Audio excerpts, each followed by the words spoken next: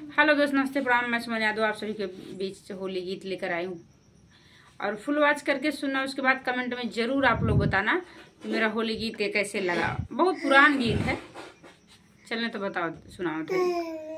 सखी बही गई पावन पुरवाई, श्याम सुदी आई।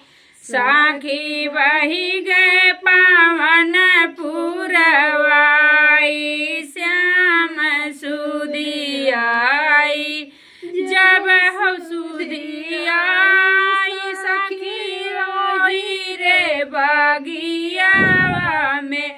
जब सुदी आई, सखी रोही रे बगिया में। साखी लगल बाउरा झारी जाई, श्याम सुदी आई।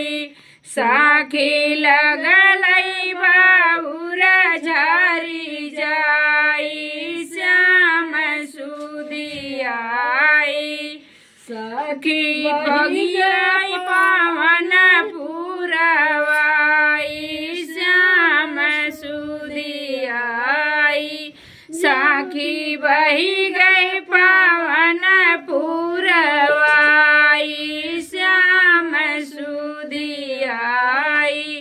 जब सुदी आई हो वही रे कुआ नवा पे।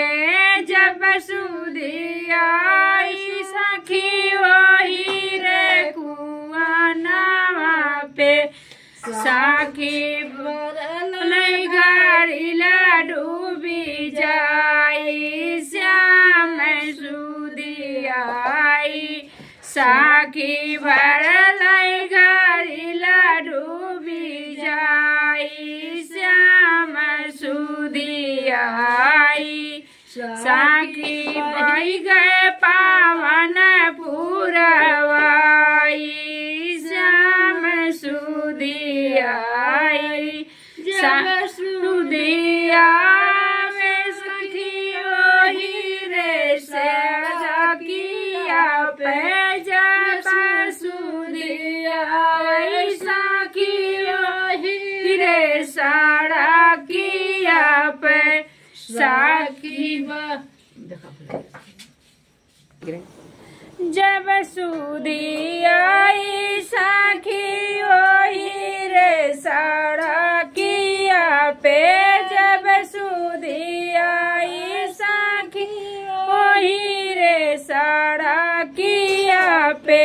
साखी लगल बिरौआ छूटी जाई, श्याम सुदी आई। साखी लगल बिरौआ छूटी जाई, श्याम सुदी आई। धन्यवाद।